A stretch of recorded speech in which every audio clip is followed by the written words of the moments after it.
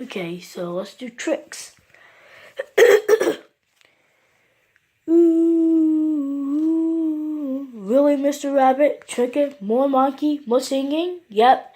So, yep. No, Ponky, because the wood isn't bad.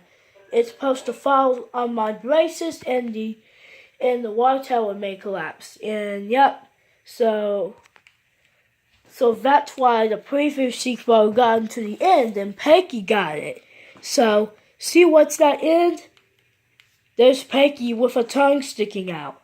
So, what if I tell you don't know?